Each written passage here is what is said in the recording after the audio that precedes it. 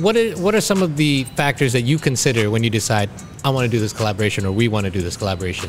Do you make me any better? Do I make you any better? You know, do we agree upon a common message, and then that message is what we're going to go out together and get more people to believe in it? Yeah, and I think we connect with them in a way that because they're ambitious and they know how to make it work. Yeah. Yeah, they have that, again, whatever it takes, and do things your way, like, mentality.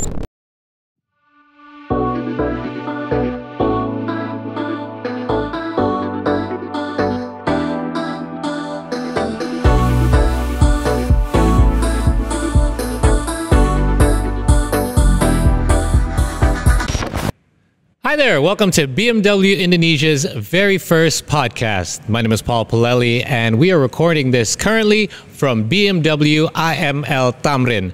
Very excited to be here today to bring you this inaugural edition of the podcast. As you may know, BMW had recently, earlier this year, released BMW 2 Series, or better known as the Provocateur. Now, the tagline is "Do Things Your Way," which is exactly what we're going to discuss today. Now, as you may know as well, BMW has been the pioneer in the automotive industry for quite some time. And BMW the 2 is very much in line with what the industry very much needs at this moment. It is very aggressive, it's sporty, and it is coming in at an entry level even above the X1 and the 3 Series, something that is long anticipated by BMW enthusiasts out there. In fact, it was such a successful event that the 2 Series was sold out even before the weekend was over. But don't worry, you're going to have a chance to visit the website or your local dealership to get your hands on your very own. Now, back to the podcast today. We have a very exciting podcast edition. In order to kick this one off for BMW Indonesia, we have not only one, but two very special guests that are going to be joining me here momentarily. So very fitting with the Tube series, as you can see. Now, these two guys happen to be friends of mine as well. And in fact, what they represent is very much in line with doing things your way. In fact, their tagline is whatever it takes. So the two go very much hand in hand. So without any further ado, let's now introduce Tamish and Georgie from Ageless Galaxy.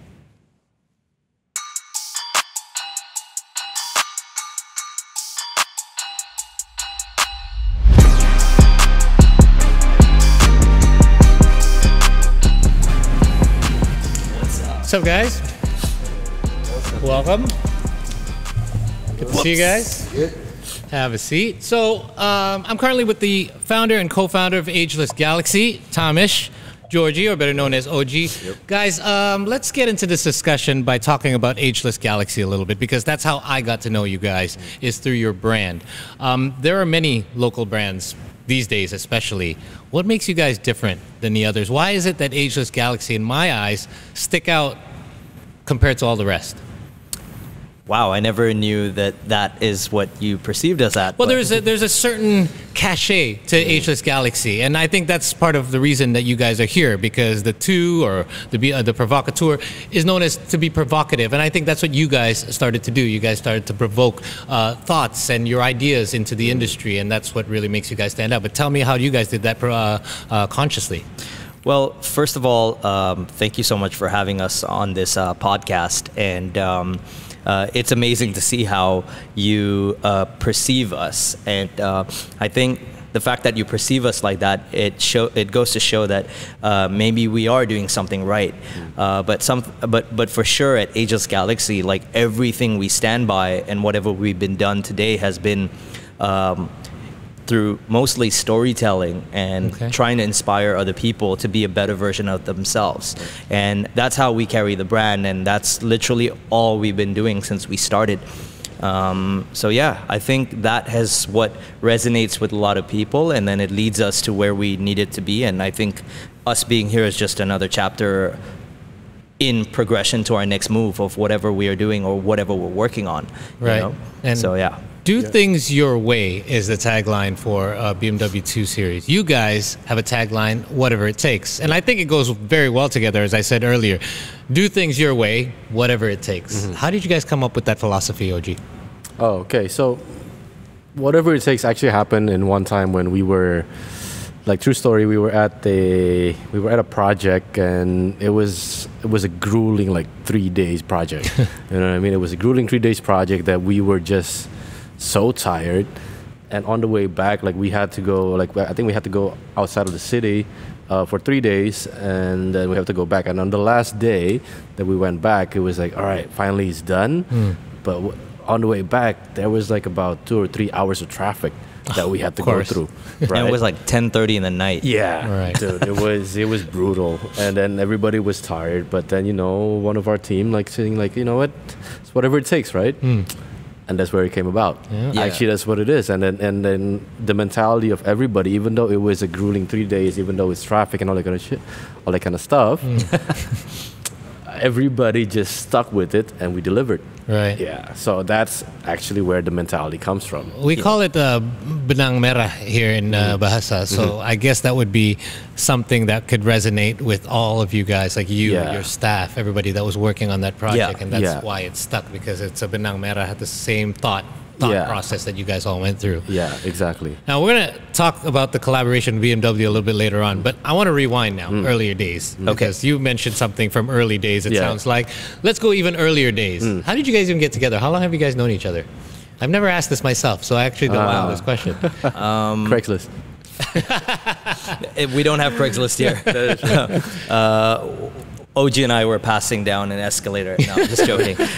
And we made eye contact and we fell in love. No, that's not how it worked. So basically how we met, we go way back. I've known Oji since college, and so one of my really good friends in college, he invited me out to hang out when we met up in Jakarta. I was studying in Malaysia at the time. And then when we came back to Jakarta, he introduced me to Georgie, and we were just hanging out. Like, we just go out and hang out and, just as friends and do what friends do, right? And then right after that, I moved to Canada, and when I moved to Canada, just pursued finish off my school. I went to a design school, and that's my core basically. And when I came back, I'm fast forwarding a little bit. So it was a bit crazy. Like, we would still hang out before I went to Canada, and then I just moved, and then I went to finish my school, got all that sorted out, and then sadly towards the end of college, I found out I was sick. Okay. I found out that I ended up having cancer. And I was a cancer fighter. I'm not anymore. I'm a cancer survivor. Okay. I am, I think, more than 10 years cancer free now. So around that time when I finished school, came back to Jakarta, and I found out I had cancer, I had to battle it for 6 months, right? And so I completely shut myself out from everything. Friends, everything. Because, cancer is weird, it's a mentality battle as well, right? And I needed to recalibrate my mentality, my head of space, whatever was around me, and surround myself with people that just motivated me to battle it, right? So I went through that whole thing. It was a really, sorry to say shit show, but it was what it was, but during that time, Ageless Galaxy actually spawned as a final year school project. It was literally a branding project that I took upon because I was really big into mentality brands. I call them mentality brands because these are brands that push to inspire other people. Like, I'm going to name a few people just to give you a little heads up. So like, Jeff Staple was one of them. He was the guy who put the pigeon on the Nike Dunk in 1997. Right, was it 95 or 97? I forget. Late 90s, I believe.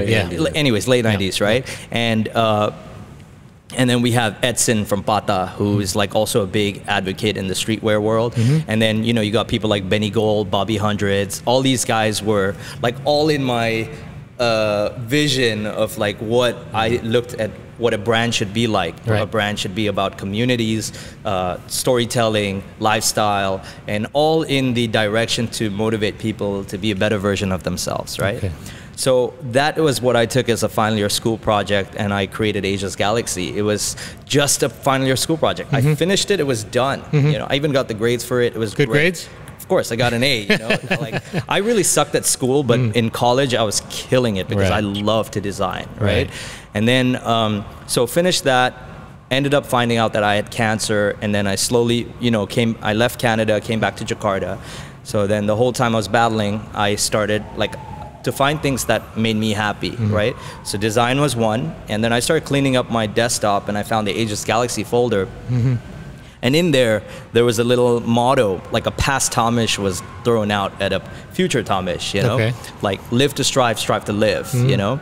And that was literally the mentality that got me out of the whole situation. So I had to live the mentality of Ageless Galaxy to really to survive, you know, mentally, physically, as well as when I started to know that I was beating cancer, I felt like I needed to make this brand a reality. And that's where, when I started to beat and get all my good grades in the cancer battle, towards the end, when I started to go out again, I ended up going back to this bookstore called Aksara, where I used to go for all my references and stuff back in the day, you know. And that's where Georgie used to work at. And that's right. And one day I show up over there and I'm looking for books, and I'm bald, no eyebrows, no hair. I'm just, you know, like coming out of my shell. And I run into Oji, and I think where we connected off was Oji remembered me as this punk rock kid with long hair and just this rebellious attitude, and then all of a sudden now I have nothing, and then I just said, hey man, like, long time no see, and he was just shocked to see me in that state, and I was like, yeah, well, you know, I had to battle cancer, but I'm still alive and I'm kicking and I'm right here, and that's where we reunited and we started hanging out again. And then one thing led to another, and Wow. Well, the thing is, I mean, like with me, I mean, at that time, like there was, I think he offered me he has this project that he wanted to do, and I was like, okay, sure, like I want to do it, you know what I mean? Because like, I mean, it's, for me, it's like I want to have something on my own at the end of the day, right? I mean, like I like art, I like design. Sadly, I cannot design, right? I'm an Excel guy. I mean, like numbers. Same here. I like, can relate. All the number thing, that's something that I do. You're the business guy. Yeah, I'm the business guy, but I like design, you know what I mean? And like to be able to work in something that is directly related to design is something that is amazing for me. Right. You know what I mean? So when this opportunity came in, like I jumped to it, but I was also a bit skeptical because, you know, coming from a salary based kind of income to like you have to find your own money, right? Yeah, like being an entrepreneur. Yeah, exactly. Yeah, and so that was a bit of a struggle. I had to take like about a week off, right? Yeah, I had to take about a week off to like kind of. Oji freaked out when I told him that you have to quit your job because we're gonna do this full time. And I told him there's gonna be a high possibility we might not make it. Hey, that's how I sold it to him. Great sales pitch, by the way. You know. So I mean, understandably, you're a business guy, so that understandable that you should think that way. But I guess you could say Ageless Galaxy saved your life, literally, in a literal sense. I think Ageless Galaxy, yes, it totally saved my life, and it also put myself into a perspective of what life could be if you do things in your own way, you know. And not only that, when we started to build, and when I asked. So what I created as a brand was one thing, but then when Oji came on board, the whole perspective of whatever I did started to drift because there's another head involved now, right? And like a different perspective. Yeah, like a whole different perspective. Like I always looked at me and Oji have this like yin and yang kind of like relationship, you know. Like he always has like realistic outputs. I always have the visionary outputs, and I'll kid you not, it's not easy to find a partner like that, you know, and vice versa, right? And I look at it like the universe works in a very weird way. I think the whole cancer experience was actually a step into the challenge of like, how much do I want to live? How much do I want to be what I want to be? If it wasn't for cancer, I think I'll probably end up just doing freelance design gigs for the rest of my life, you know. But this really put into perspective of what could we do as what we love doing, and as well as like build a network of people under our supervision, you know what I mean? Like like we started with just me and him, and then we started 2 years later we got one member. Yeah, we got one member 2 years later, and we were learning as we go. Like there was no manual on how to run a business. There was nobody telling us how to do like books. He had some knowledge. I had the drive, and that's it. That's literally what it was. And my motivation to him every week was like, we need to be like that. We need to be like that. We need to be like that. And we figure it out as we go, you know. And I think another thing that I notice about you, especially Tamish, is I guess now I know the whole story behind you being a cancer survivor, is the fact that you don't like wasting time. I hate wasting time. You're just always on the go, like every little thing, like, hey, I got an idea, let's roll with it. And I think that perhaps is another factor and something that you've picked up along the way because of that experience as well. Yes. So we have this motto. So I know you spoke about whatever it takes, but Ageless Galaxy derives a couple of mottos based on every situation we've been, right? So we have whatever it takes, we have live to strive, strive to live, and we have another one which I think is quite beautiful. It's called committed to time, right? This is great because a lot of people take time for granted, right? The universe lives on forever, but we as humans, we're gonna die anyways. You know what I mean? So how much awesomeness can you do in your lifetime and be remembered for it? And I think that has always been the whole point of Ageless Galaxy, is that, like, trying to get people to do cool stuff. And everything we do has been in that little bubble. You've seen it. You've come out to our events. You've seen the people we collaborate with. Everybody is on that same frequency to be the best version and do the best thing that they can, right? And that's really what that motto stands for: committed to time. You know. Now I see as well that a successful partnership, I can completely understand why two different characters or two different styles can mesh very well, yin and yang, like you said. You're the creative side. You can't really draw, but you can you can crunch numbers. I can see how that would work really well. Does that put you guys at odds sometimes? All the time. All the time. How do you guys deal with that? We put the company first. Yeah, we put the company first. It's as simple as that. We just put the company first. The best thing for the company. Yeah. What's the best thing for the company? We look at, all right, this is what we can do.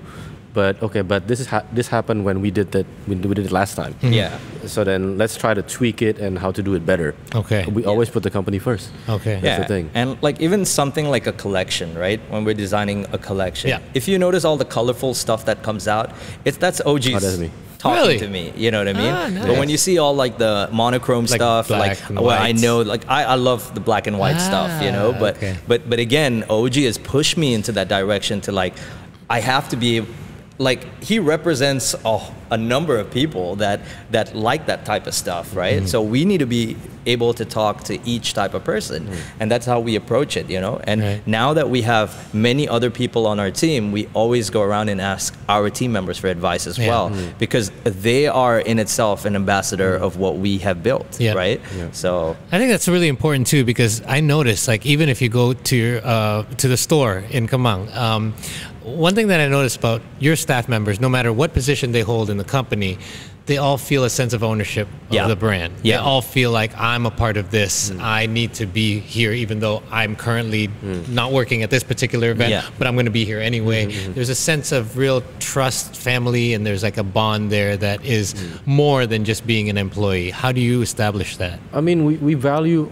Because here's the thing, like, we started this thing with little knowledge that we have, right? And we keep expanding. Like, new people come in, have ideas, and we're open to it. You know what I mean? And if we think the idea can make sense, or even if we don't know if it makes sense or not, we just try to run with it. So you involve them in the process? All the time. Of course, all the time. Yeah. All the time. It's a team effort. You cannot win just on your own, man. Yeah. You know, I mean, you need the team to help you out. And it's like, more people can move a village, right? You know what I mean? So that's there you go. So it's always that for us. So that's why, like, whenever our team, they feel like they're a part of it, because we want them to be a part of it. We want them to be a part of the growth that we can have. You know what I mean? So that's the reason why, actually. Life's not without its challenges. In fact, for the last 2 years, we've had to face some of the biggest challenges we've ever had to face with the COVID-19 pandemic. You guys flipped this whole thing on its head by opening a brick and mortar stores while others were trying to figure out how to get rid of their stores and shift online. Tell me about that process. First of all, from the thought process of, hey, everybody's shutting down shops, we're going to open one, and how the process went for you guys to physically actually do it, because it couldn't have been easy, and how you were able to maintain it till now. it becomes a spot where you guys can hold events and you have successful kind of, get-togethers and you're able to have activations there. Tell me about it from the beginning. That's a great question. Okay, so let's start again with, technically COVID-19 was a crisis, right? Cancer was a crisis too. So after, towards the end of cancer, like I ended up starting Ageless Galaxy, and then we had COVID-19. In the beginning of that, we ended up opening a store. Now, I kid you not, we already had the plan to open a shop, like right before the pandemic. Okay. 2019 was the year we were already saying, hey, we're gonna open a store in 2020, blah, blah, blah. This is what we're gonna do. We already put down the deposits. Everything was set in stone, right? We already bought the shirts. We already brought the inventory. Oh yeah, that is actually one of the main reasons there. Because we carry other brands. We carry brands like Pata. We carry brands like Kangaroos, Karu, things like that, right? Other than that, of course, we have our inline brand, Ageless Galaxy. So everything was already set. Yeah, but it was kind of because the pandemic was such an interesting thing. But this time, not only us, but the whole world is going through one big crisis, right? Nobody was making profits. And we had reserves. The reserves are always kept for us to travel throughout every year because Ageless Galaxy has been built upon us just getting out of Jakarta and networking with like-minded people and coming back and then doing more beautiful things. Sadly, in the past 2.5 years, those reserves had to be used into like firing up our shop and really figuring it out, right? And I think, like, we were freaking out. We always freak out whenever there's a crisis. But again, it comes back to the motto. It comes back to how we had a couple of collaborations already parked in such a way that every time we saw a subsidize in people freaking out, we were able to deploy those collaborations. So that really helped a lot, you know what I mean? And like, remember, you were in the lookbook for the Jeff Staple drop, right? Remember that. Like, we were going through such a hardcore pandemic. We never really did any official opening or whatever. Technically, till now, we haven't had an official opening of our store. We've never had that. We just went straight into it, and we were figuring it out again as we go. By the grace of God, like, gladly, like, things worked out, and we're still figuring it out as we go, And when we did that Jeff Staple launch, it blew our mind, We were like, wow, everything's sold out. Our website crashed, So little things like that, triggers like that, give you hope and remind you what you're doing is in the right direction. So screw the crisis, keep it going, keep pushing, and that's like where we're at. And it's always been our ethos for everything and anything that we're doing. I think maybe not screw the crisis. I mean, we have to adapt to whatever it is, right? I mean, it's more like adapt. Oji's right. I think we have to adapt to it because at the end of the day, right? Because what we were planning is we were supposed to be. The business was supposed to run when the shop is open. Everything was planned to make that happen, right? So at the end, and we were supposed to open it, I think like June or something. Right, and then we ended up opening it on October. So it's more on like, we have to we have to make it happen, whatever it takes. Like, we need to figure out where the money's coming from. We have to figure out like how to do it and all that kind of stuff. So in order for us to make sure like the business is maintained, you know what I mean? So it's more on that actually, and then. I'm not gonna say like we took a bet, but like it's something that we thought about that we know is gonna work. You know what I mean? Okay. But you were that confident. But it was a bit of a bet as into like, will people come? Right. That's the thing. You know I mean, we're also not in a mall. Exactly. Like that's the other thing. We don't have foot traffic. Right. So this is why we put the effort that we need to put into making our events. Exactly. That's good and bad, both in the pandemic. I could see both sides of it. Where in the beginning, when I was invited to several of your activations, I thought, well, they're kind of doing it outdoor. I don't mind coming. A lot of people love that. Right? Yeah, exactly. So I think you guys were benefited with some of the stuff that you already had pre-planned. And you're able to work with it and, like you said, adapt to it. Now, we talk about you mentioned a lot of collaborations that you work with. There's a common interest there. You guys just like cool stuff. I know you guys like food. Yeah, I want to touch on that a little. I mean, and cocktails. Right. So some of your collaborations have to do, from the F&B side of things as well. When you choose collaborations, does it have to be something that you're both passionate about? What are some of the factors that you consider when you decide, I want to do this collaboration or we want to do this collaboration? I think you should tell him the story about like when we were in Amsterdam, when we went around looking for that cocktail bar that we should resonate with. Oh, right. And then we found Remco. Yeah. So there's this one time. I mean, we were in Holland, right? We were in Holland. We were trying to get accounts, basically. Okay. Actually, no. We were supposed to go there for a trade show that we were invited. All right. 2 weeks prior, trade show got canceled. Right. You booked everything already. Yeah, we booked everything. You know, flying from here to overseas, right? It took like 3 months prep and all that kind of stuff, right? And then we got there and we're like, all right, we're here. We don't know what to do, you know. But we're there already, so we thought, okay, let's try to hit up some shops. We have Pata there as a friend, right? So like we hang out with them. We try to hit up some shops and whatnot. And then suddenly we have a friend who is actually like he was a brand ambassador for one Kettle of the One, I think. No, yeah, from Kettle One. Okay. And now he opened his own bar in Amsterdam, right? And you know, we visited, we had a couple of drinks, we just wanted to hang out and get to know him and all that kind of stuff, right? And then when that was happening, I think it was like 3 days. This is like first 3 days of opening, right? Yeah. Third day of opening, basically. But prior to this, we did go through other bars, try to see like what is that X factor that we were looking for. When we do collaborations, right? And then the lights went out at that bar. We were drinking, and then the lights went out. It was like, and you know, it's Amsterdam, right? They party till like 5 or something. Right. So this is like about 10:30, 11, I think, like 10:30, 11, and the lights went out, and the guy was in the back of the bar trying to fix it because he cannot call the electrician on at that night, right? And then he was just, we were there, and then people started coming in, like people are coming in, and he was behind the bar and he just said, all right, guys, sorry for the lights. Drinks are 10% off right now for tonight. And he put his phone on a cup, on a glass, and just played music. Oh, wow. Okay. And nobody left. And people kept coming. People kept coming. People kept coming. 10% off. Count me in. But it's not about the discount. It's about how he took care of the situation in a time of crisis, right? And then Oji went out for a smoke, and then, you know, he calls me out, and then we both were standing outside the store, the bar, and he was like, look at that. The lights are out. And he's still got people coming in. And people are coming in, and there's a vibe. And Remco immediately said, screw the generator, or he couldn't fix it. He went back and he just made drinks for everybody, and he took care of, he was like a one-man show, you know what I mean?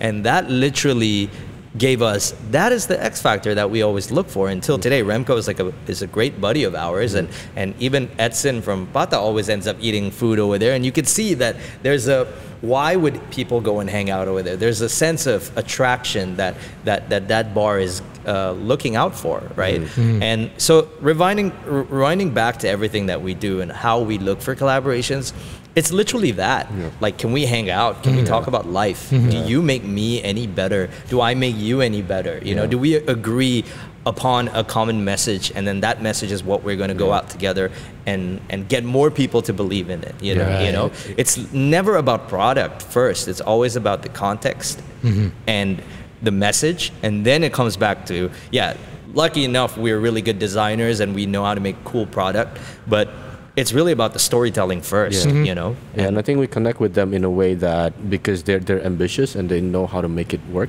They have that, again, whatever it takes, and do things your way, like mentality. Because they really do. And I feel it's like we're the same people in different industries, different formats. Like-minded people, like you always say. Exactly.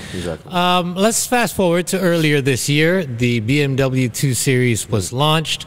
There was a great video on social media that you guys had made in regards to promoting the collaboration between... First of all, tell me about the collaboration itself, because the shirts that you're currently wearing right now is part of the collaboration. It's still available, by the way. If you guys want to get your hands on it, I believe there's a bit of a wait. We're almost out. How many pieces we have left? 30 or something. Okay, well, there you go, guys. Hopefully by the time you're watching this, there'll be something. We've been kind of like holding off a little bit. We're slowly spreading it through the mud. Right. Okay, so Ageless Galaxy, as a creative agency, has done many collaborations, several of which you've already mentioned. Now, when it came to BMW, what happened there? Who approached? Well, as Ageless Galaxy, basically, I mean, as a brand as well as a creative agency, there's always opportunity for crossing paths, right? We have clients, we do a lot of stuff related to just clients, right? And then as a brand, we have collaboration opportunities, but then the agency mind starts to get in there. Right. So in the beginning, BMW actually first approached us as a creative agency with a nice man. He was the one who brought us a project one time, and he wanted to create these assets for the internal office space of BMW. Okay. Right. Well, he wanted to design some, pins. Things to like motivate their managers after they qualify as a management level, working at like BMW. So we did a couple of like cool internal branding projects, which is just us as a creative agency putting our 2 cents and coming up with cool design things and for the company. And they were a client basically. Yeah, at this point, right? They were a client first, and then after that we had to design. They asked us to design jackets for their premium members. I think for their the VIPs for the X1 series. X1 or X1, right? For the X1 so this series. was for the customers. For the customers. So, I think they were doing a trip to Bromo. I think, it was right? Bromo. They were doing a trip to Bromo, and they wanted their VIPs to actually wear a jacket. Okay. So we designed and produced those I totally jackets. forgot about that. Nice. So it started with that, those two, and then we kind of lost touch, right? I think we didn't get into contact because of pandemic and all that kind of stuff. Okay. But then afterwards, I think we kind of touched base again, and it was that. Yeah, and then just last year, it was this year, right? This year, no, when the kit thing dropped was last year, I think. That was this year. Was that this year? Yeah. Oh, wait, last year. That was last year. That's right. Yeah. So the when BMW the BMW kit launched, why didn't you guys come out for the launch of the kit collaboration?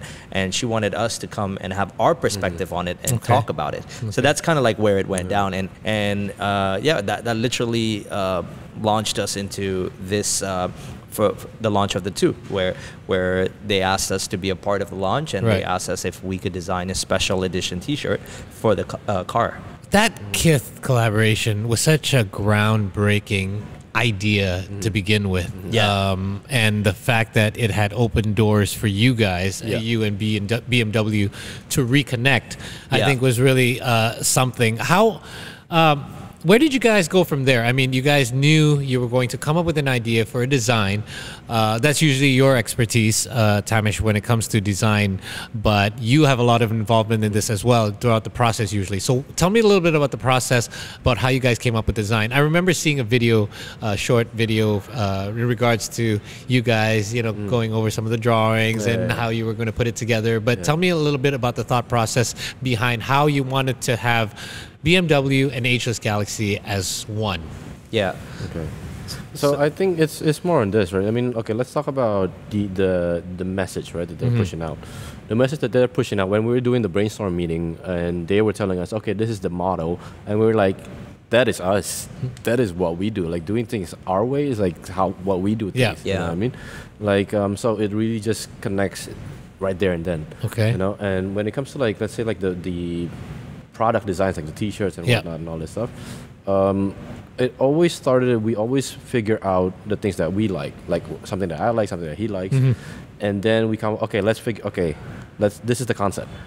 We have the concept, and then he would start designing it. He would go on designing it and making it, how he envisions it, how he envisions the concept, and then I would come in as in like, all right, I think on a production perspective, because I'm handling the production, right? Whether or not, what are the cause and effects? If you make it this big, that big, whatever, and all that kind of stuff. The colors will be a problem or not, and all this stuff.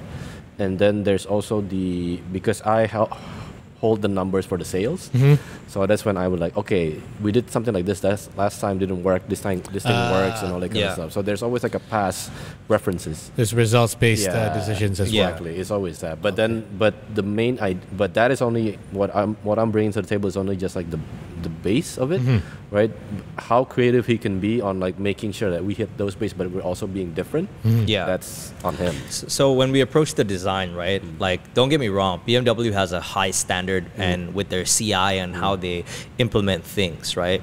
But for this for this specific collaboration, we said, okay, let's let's follow the CI in terms of colorway and how we represent what BMW is about, blah, blah, blah. But when it comes to the graphic on the back of the shirt, that was where we said, hey, we're going to bend the rules a little bit because we want to stick to the motto, do things your way.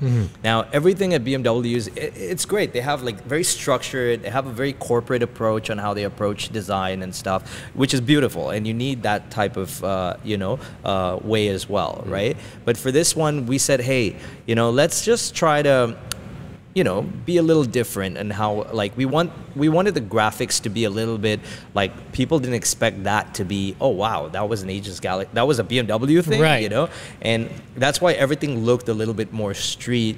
The graphics were very typography based, very poppy, and everything was hand drawn and then vectored out. And yeah, at first when we presented the design, everyone was like, whoa, will it sell? Like, will it? Yeah. And then I was like, well, do things your way, and this is our way of doing it. You want to take the pull with us or not, and they were like, you know what, let's go with it. Yeah. And then we went from just ordering a few t-shirts, and then we get this email, hey, can we like triple the order? And then we're like, what? Like, yeah, because everybody within BMW Indonesia wanted to get some of the shirts, and like there was a demand, and then we put it on online on pre-sale, right? And then we just kept getting orders and orders and orders and orders and orders, and we were like, oh my god, like this is crazy. And it's just one t-shirt, it's one design. Right. So I think that was the beauty of that whole thing. Like we all were like, they were not sure, we were sure, then they became very sure about it, and then everybody else became sure about it. I think it's very kind of cool, to me it's just really organic. I think the best things happen organically. I think the best things aren't instant. Like, here we go, we have a thing, we have a collaboration, we have a product, and it's just going to sell like hotcakes. I believe you do need to take chances, of course, if you want to be different, you want to surprise people. In fact, the nickname for the two I mentioned earlier is Provocateur. Yeah. How much of that played into it? How much of that did you guys decide, hey, we have to be a bit more provocative with this as well? And that being said, that's actually always the things that we do, though. That happens to be how you do things anyway. That's where I'm getting at. If you look at the graphics on the back of the shirt, everything is very like, because we're only looking at the camera angle shows the front, and the front is very your typical BMW, but the back is completely corporate on the front and hardcore on the back. Let me go back to the video that I saw, that I mentioned earlier. That video was awesome. It's fun to watch. It was a great way to introduce the 2 Series. Having you guys as part of it was very cool, because you guys have a lot of character, and I believe it brought out the character of the 2 Series itself. Now, tell me about your impressions of it. When you guys knew you were going to make the video, was that the first time you saw the car and the first time you had experienced it? Yeah, I mean, that was the first time that we saw the car, actually, right? Because I mean, like, they've been talking about it, and they were like saying, "Okay, saw the car in person." Yeah, we saw the image. That is true. Right. Saw the car in person, and then we tried riding it and all that kind of stuff. They have all these like amazing features and whatnot. It's a cool car, man. What's your impression of it? Like, what was your first impression? Well, okay, so when I saw it, I was like, okay, it's kind of like, it's a bit of a small car, right? It's not that one of those like 3 Series, 5 Series, or 7 Series, right? So it's a 2. It's a small compact. So it's small coupe, right?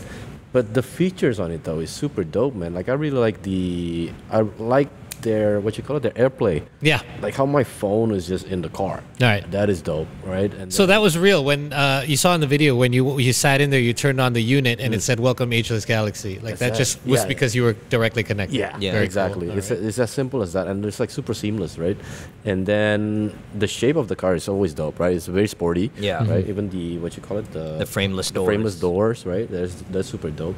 The backup thing. Oh, you mean the reverse assist? The reverse assist. That is super dope. Like, I know cars have like parking assist, right? Like, which is a thing, but this feature, reverse assist, was kind of cool because like I told Oji, hey, why don't you be super complicated in how many turns you take? And then we pushed it, and then it calculated exactly how many turns he took and came back to point A. Right. And we both were like, he was like, look, ma, no hands. Would you find that handy? Would you find a feature like that handy? I thought it was awesome. Like, I thought it was pretty cool. I mean, like, if you're in a small alley, right, in Jakarta, right? Small alley, you go in and suddenly some dude is like, and you find that you can't go through. Yeah, you can't go through. Like, all right, I gotta back up. Yeah. And instead of me like doing this, I'm like, Right. All right, cool. Really? So you trusted that much then? I guess that's how well it works. Because it was exactly how it is. Yeah. Actually, it don't even have to go that far. I could actually think of several times I could have used it at one of your store's activations when it's already very busy and you're trying to get into the parking lot, and then I figure out when I get in, oh, you know what? I can't find a spot in here. I got to back out. That would have really helped. Yeah. Exactly. The frameless doors are important, and I remember when during the event I said I was a part of that event as well. Yeah. And one of the people there actually told me, frameless doors are great for Jakarta. And I kept thinking, yeah, it looks really cool, but what is it actually? What's the function of it? He said, you ever been like in a lot of these tight parking spots, right? I'm like, yeah. Can you imagine if you didn't have that frame on your door, how much wider you can open your door? Yeah. I thought about, you're right, because that's always the part that gets in the way, Yeah. right? So again, a lot of these features are thought out not only as a great feature for a car, but how it can be applied to us in Jakarta. I guess that's why it went off. It went off so well. So tell me about the experience about making the video. Whose idea was it to come? Did you guys have any part of the creative process in that? In this one, not really. Okay. This one came from the BMW agency, but we just played along. You know, we were here to help promote the car, and it was cool. Like we came out to the set. Yeah. You know, we had our own little changing room and our own makeup artist. That was kind of interesting. She kept running around us with a towel and a spray, trying to wash all the sweat. Because we do videos, right? But it's never on this kind of production level. Right. We've done your own video. Exactly. So that was kind of fun, you know. Did that happen before the designs of the shirts, or during, or after? So it happened after, but when we were at the shoot, we had the first few samples. Okay. So we had to shoot it in the shoot during the look, like it was a lookbook / promotional campaign, right? So we had a few over there. So, you know, we got to rock it out. Happy with how it came with the results? Everything was pretty cool. And then, you know, by the time it released to the public, you know, all our friends were messaging us. Everybody saw where it was, and it was kind of cool to be a part of, you know, the BMW family for this particular car launch, you know. What do you guys see ahead? We've just kicked off a new year here, 2022. Yeah. Both for age. I mean, this could be the beginning of a very fruitful relationship between BMW and Ageless Galaxy. How do you see this relationship playing out?